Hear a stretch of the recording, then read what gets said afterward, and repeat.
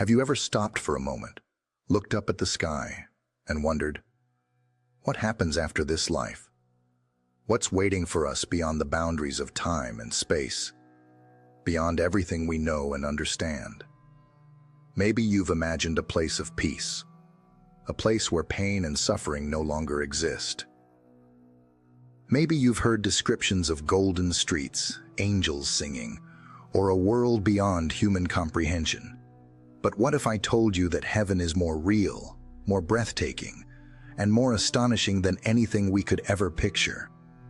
Too often our ideas about heaven are vague, even boring. Cartoons paint it as a place where people float on clouds, playing harps for all eternity. Some think of it as an endless church service, where we just sing and worship forever. Others picture it as a mystical, distant realm, too abstract to truly grasp. But none of those images come close to the incredible, vibrant, and deeply fulfilling life that awaits those who follow Christ. Heaven isn't just a place, it's a reality, a destiny, a promise so magnificent that even our greatest dreams pale in comparison. Think about this for a second. What if heaven is not some unfamiliar alien world, but a perfected, restored version of the world we were always meant to live in? What if everything you love, beauty, adventure, creativity, relationships, wasn't just going to disappear, but would be renewed, made infinitely better, untouched by sin and brokenness? What if life in heaven isn't about escaping reality but stepping into a deeper, more exhilarating reality, one more real than the life we know now? The Bible doesn't describe heaven as some vague, ghostly existence. It talks about a new heaven and a new earth, a place where we will live, love, explore, and reign with Christ, a place where every longing of our hearts is satisfied, where every tear is wiped away, where joy never fades. And the best part? This isn't just a fairy tale. It's not wishful thinking. It's a reality more certain than the rising of the sun, promised by the one who created the universe itself. But let's be honest, even though many of us believe in heaven, we rarely think about it. We spend our lives chasing success, security, happiness, yet deep down, something always feels incomplete. No matter how much we achieve, something inside us still longs for more. That's because we weren't made for this world as it is. We were made for something greater, something eternal. So let me ask you, if heaven is real, if eternity awaits, shouldn't we want to know what it's really like? Shouldn't we live every moment with that reality in mind? This isn't just a question for philosophers or theologians. It's a question that matters for you, for me, for every single person walking this earth. Because if heaven is as incredible as God says it is, then nothing else, no amount of success, wealth, or pleasure can compare. Today, let's strip away the myths, the misconceptions, the half-truths. Let's open our hearts and minds to what God has actually promised about our future home. Because when we understand heaven for what it really is, it changes everything. It changes how we live, how we love, how we endure suffering, and how we see our purpose on this earth. Are you ready? Because once you catch a glimpse of what's ahead, you'll never see life the same way again. Heaven is not a myth, nor is it a symbolic concept meant to bring comfort in difficult times. It is a real, tangible place, more solid than the very ground beneath our feet. Jesus himself spoke about it with certainty, describing it as his Father's house, a place prepared for those who belong to him. It is not some distant, unknowable mystery. It is our future home. Yet despite the Bible's clear teachings on heaven, many still struggle to grasp what it truly is. Some imagine it as a purely spiritual realm where people exist as disembodied souls, floating in eternal worship. Others think of it as an endless expanse of white light, a place where individuality fades into an impersonal state of bliss. But neither of these pictures aligns with what Scripture actually tells us. The Bible describes heaven in physical terms, using language that suggests a rich, dynamic, and deeply satisfying existence. Jesus promised his disciples that he was going to prepare a place for them, a home with many rooms, where they would dwell with him forever. The book of Revelation gives glimpses of this place, a city shining with the glory of God, its gates never closed, its streets filled with the redeemed. It speaks of rivers and trees, of life flourishing in the presence of God. And if God's original creation, the earth we live on now, is full of breathtaking beauty, how much more incredible will the restored, perfected heaven be? Heaven is not an escape from reality. It is the fulfillment of reality.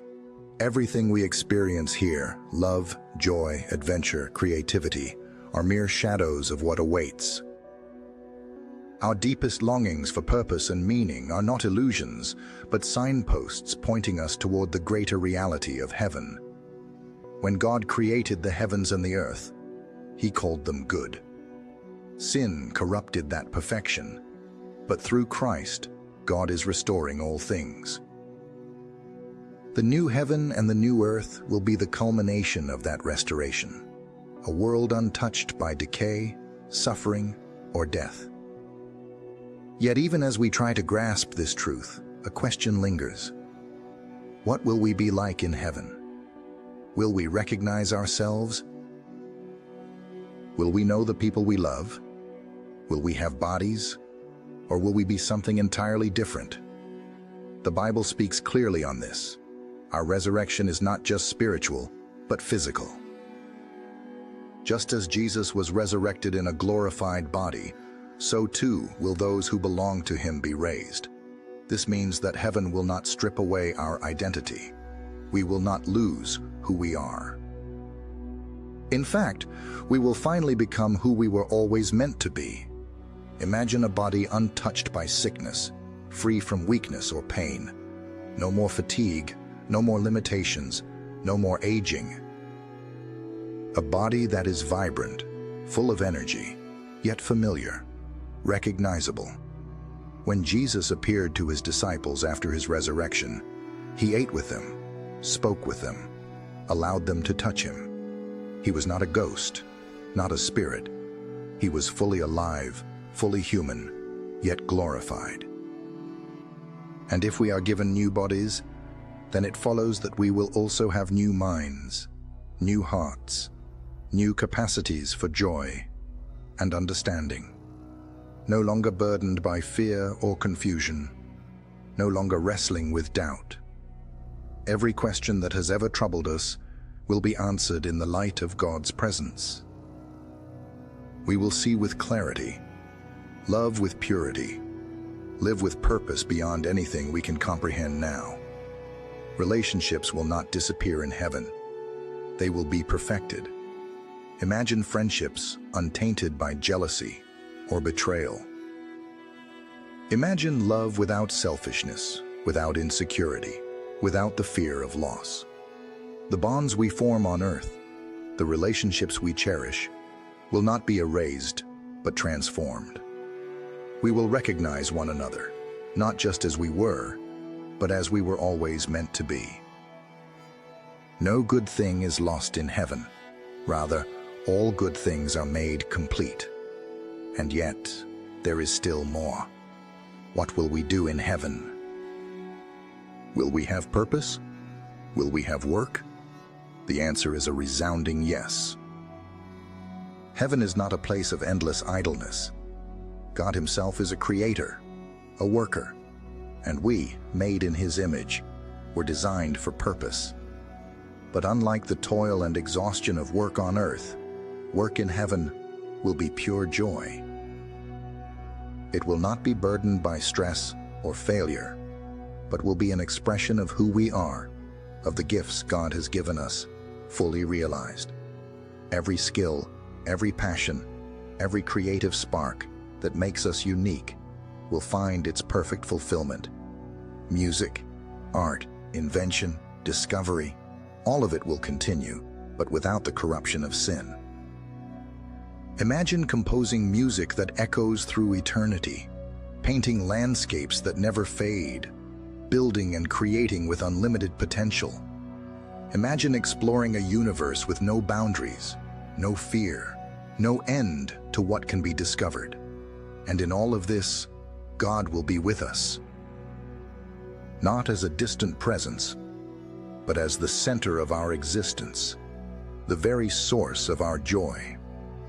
The greatest longing of every human heart is to know and be known, to love and be loved without limit.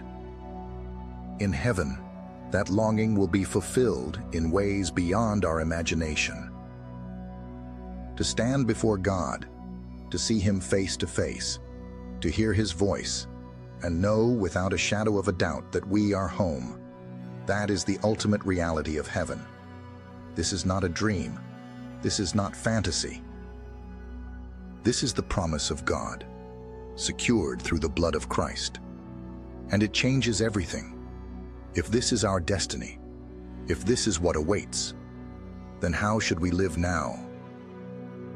Should we cling to the temporary things of this world, or should we fix our eyes on eternity? Should we live in fear, or should we live with unshakable hope? Because when we understand heaven, truly understand it, we begin to see life differently. We begin to live with purpose, with courage, with joy. We stop chasing after things that do not last and start investing in what is eternal. We start loving in ways that reflect heaven's love, forgiving in ways that mirror God's mercy, hoping in ways that defy every hardship this world throws at us. And when the day comes, when we finally step into that glorious, unimaginable future, we will not be stepping into the unknown. We will be stepping into the place we were always meant to be, into the life we were always meant to live, into the arms of the one who has been waiting for us all along. Love and relationships are at the core of what it means to be human. From the moment we take our first breath, we long for connection, for belonging, for a love that is deep, unshakable, and pure. Yet in this life, even the best relationships fall short. No matter how much we love, misunderstandings happen. No matter how strong our bond, separation comes. People disappoint us. We disappoint them. Some wounds never fully heal. Even the closest friendships and the deepest love stories carry the weight of brokenness. But what if that was never meant to be? What if the relationships we cherish are only glimpses of something far greater, something waiting for us in heaven? Many people wonder if they will still know their loved ones in heaven. The thought of losing the people we care about, of existing in some disconnected, unfamiliar state, can be unsettling.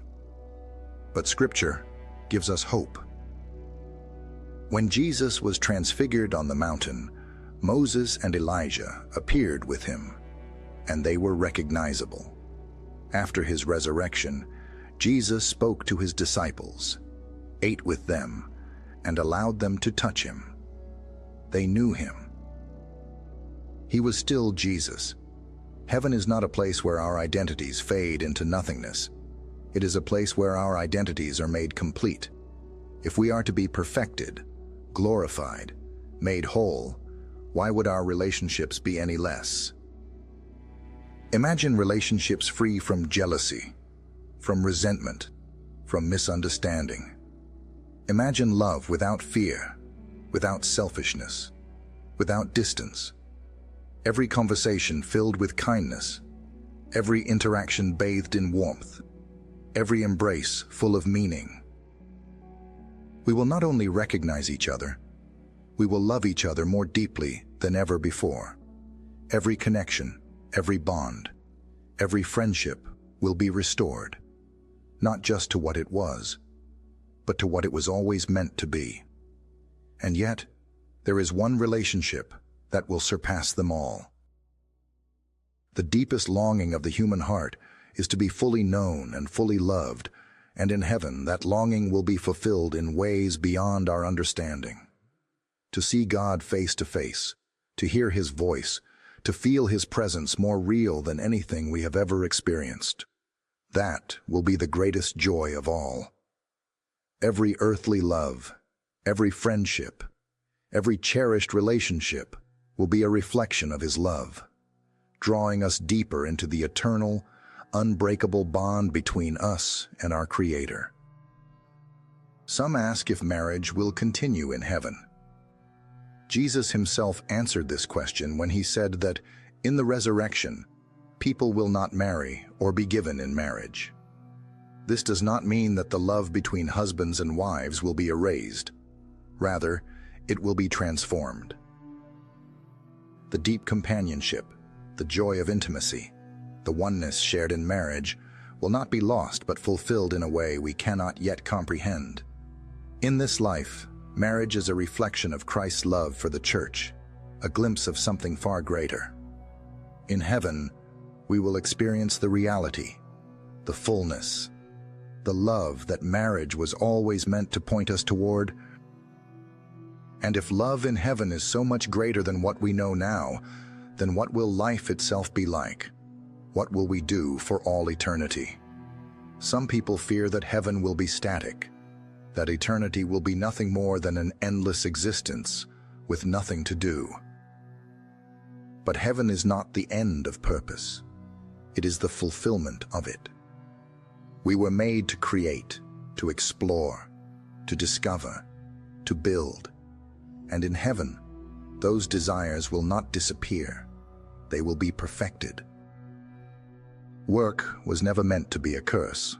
Before sin entered the world, God gave Adam and Eve the task of tending the garden, of ruling over creation, of using their gifts for good. It was only after the fall that work became toil, that labor became exhausting, that frustration and failure entered the picture. But in heaven, work will be restored to what it was meant to be, a source of joy, of purpose, of endless creativity.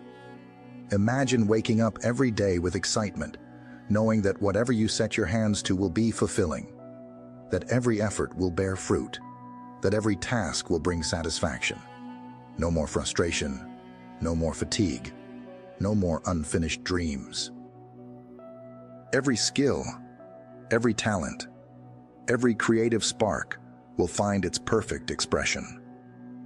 If you love music, imagine composing songs that echo through eternity. If you love art, imagine painting landscapes that never fade. If you love building, imagine creating with unlimited potential, crafting things beyond anything possible on earth. And then there is the vastness of heaven itself. The Bible speaks of the new earth, a world not of limitation, but of infinite possibility. If God created this universe full of galaxies and wonders beyond counting, why would heaven be any less? Will we explore new worlds, discover new lands, experience new adventures beyond anything we can imagine? If God made the earth rich with mountains, oceans, and forests, why would the new earth be anything less than breathtaking?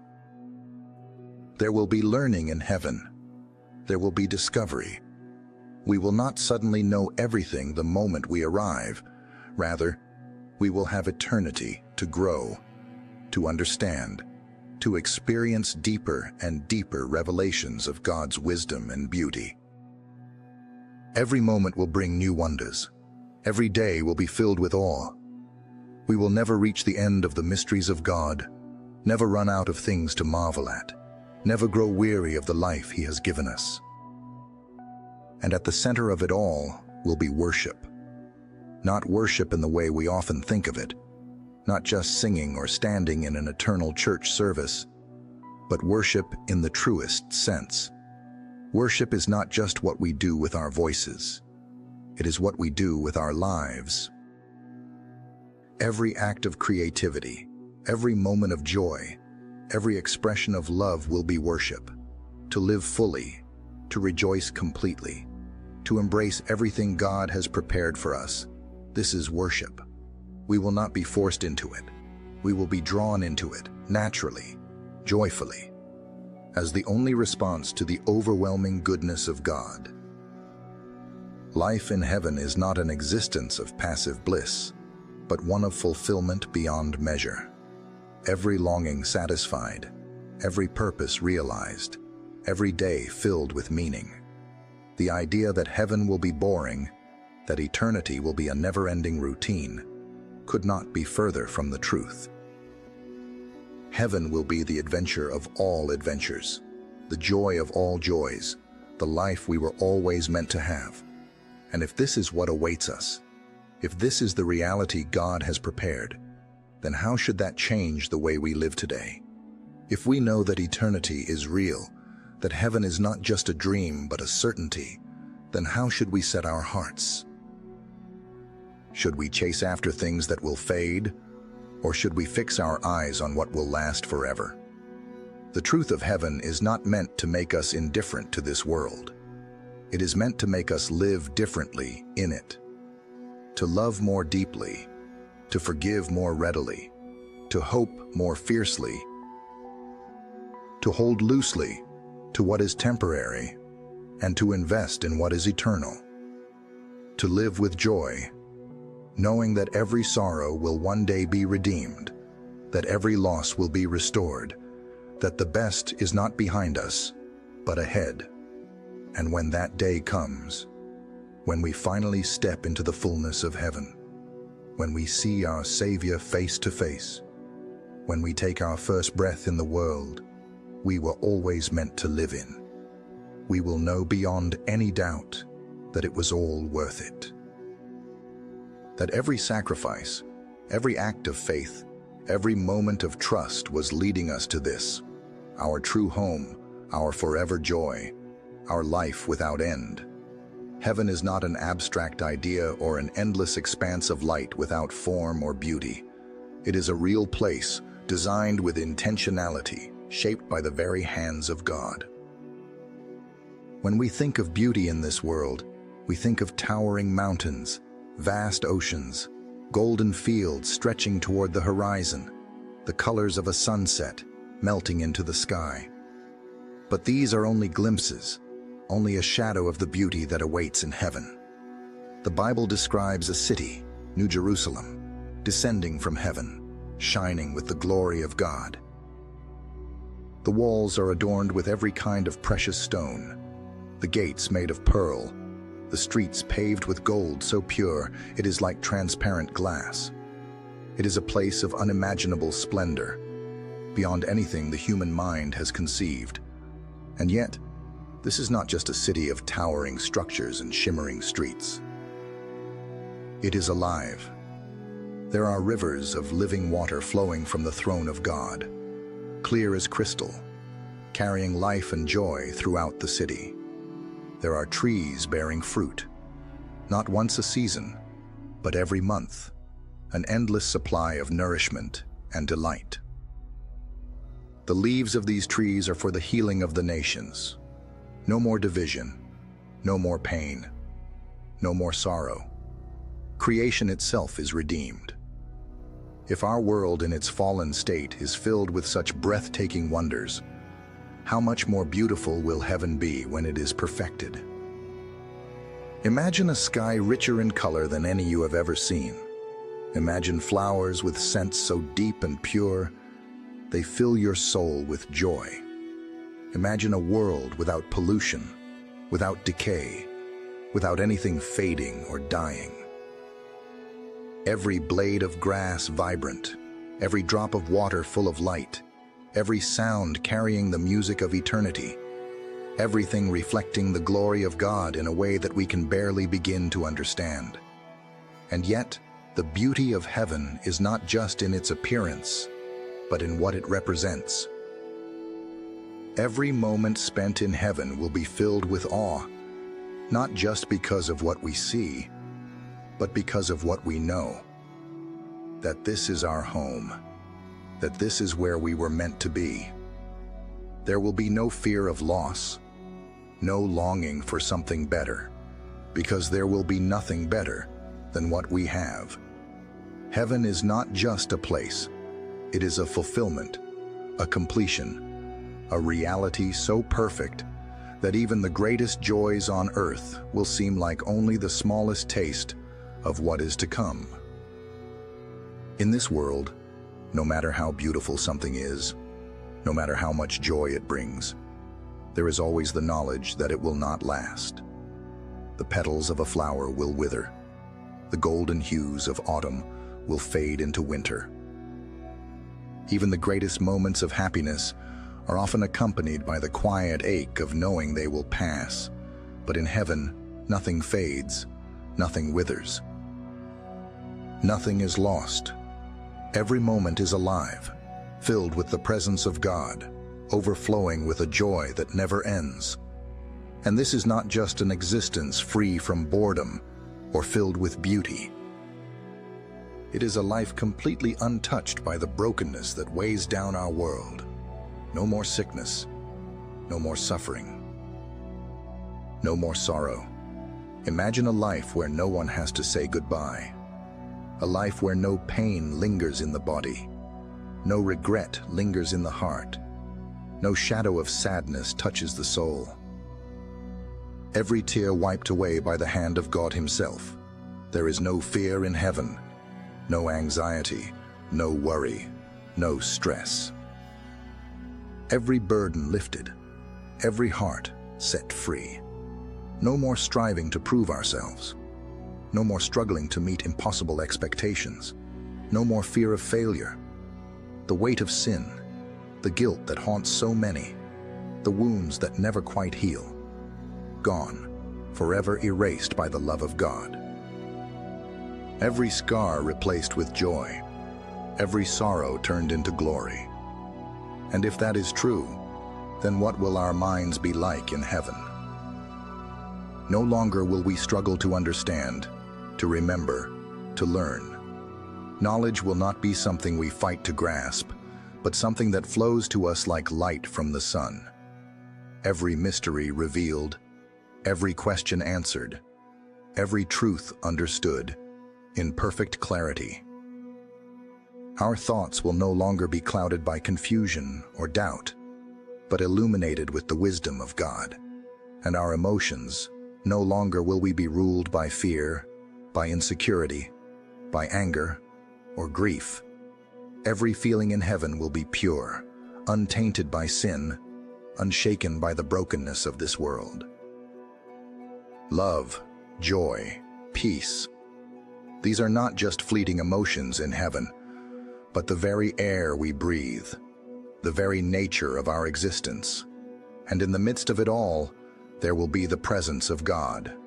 Not distant, not unseen, but near, so near that we will see Him face to face. The greatest joy in heaven is not just in the beauty of the city, not just in the perfection of life, but in the presence of the one who created us, the one who loved us before time began. In this life, we catch glimpses of God. We feel His presence in quiet moments, in answered prayers, in the beauty of creation. But even then, there is always a distance, always a veil that separates us from fully seeing Him. But in heaven, that veil is gone. No more wondering what God is like. No more questioning if He hears us. No more feeling distant from Him.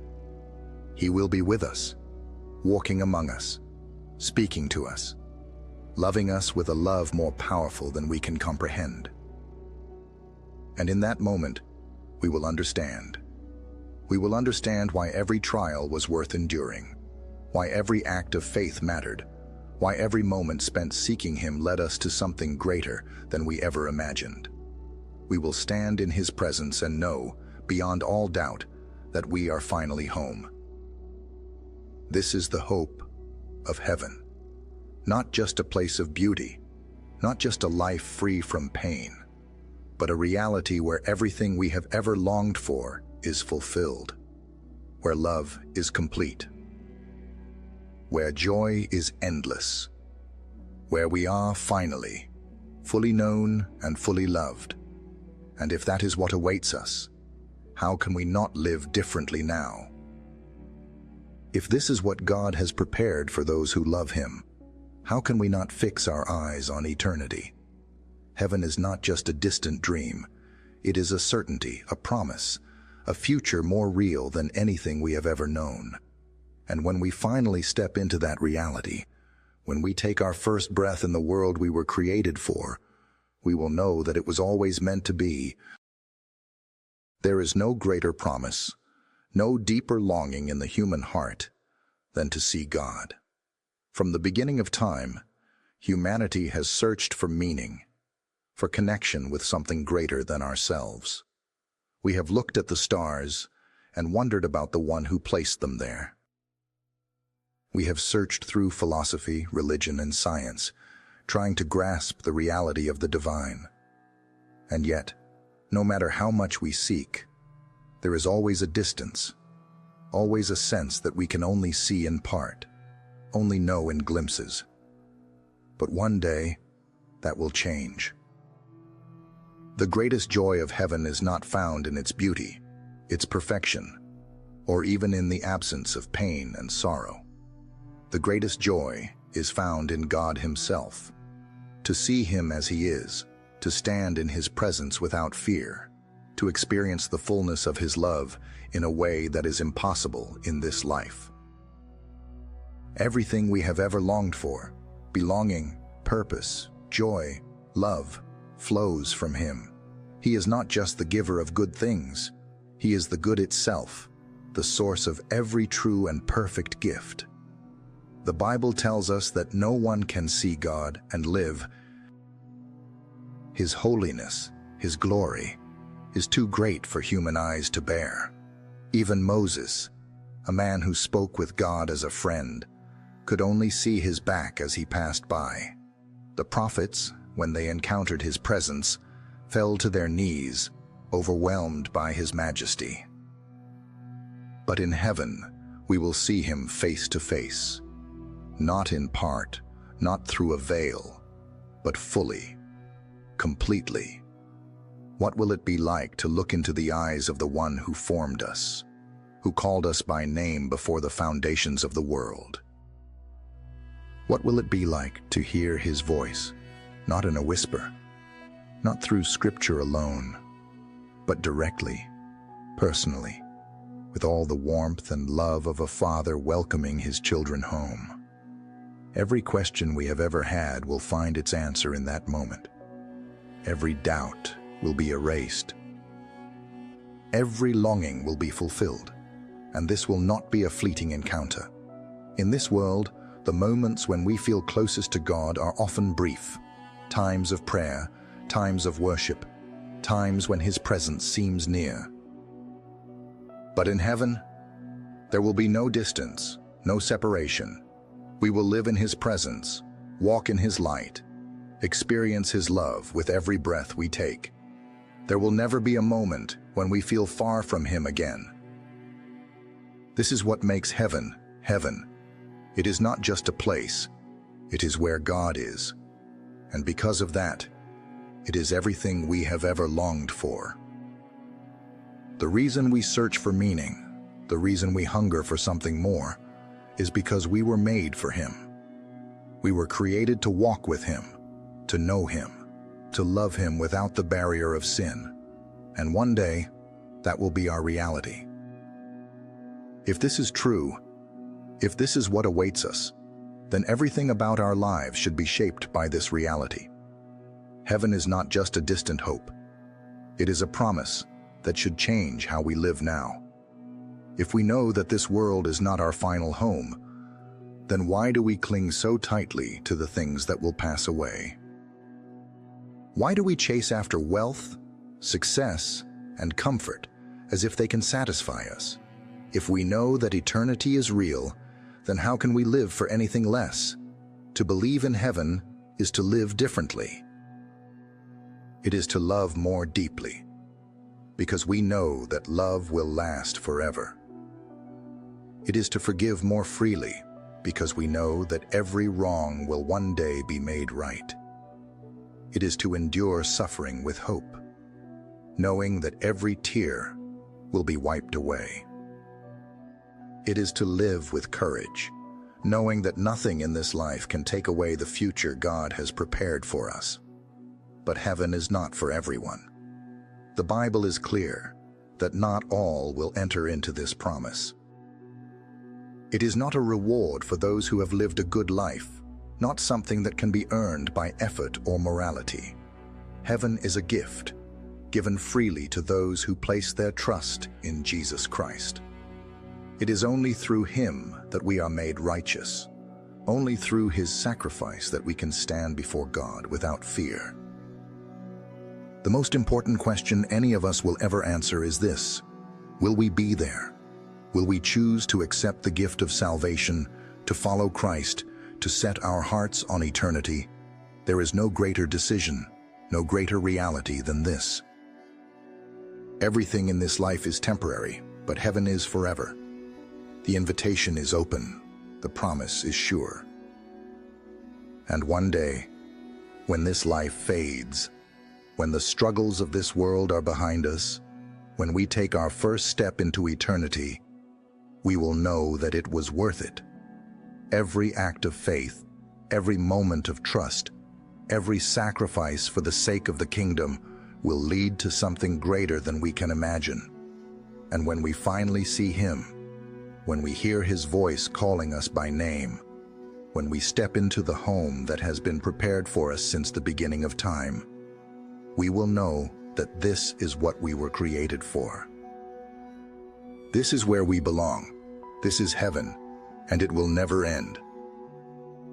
So drop an amen if you believe in God, and pass this on to someone who needs it. God bless.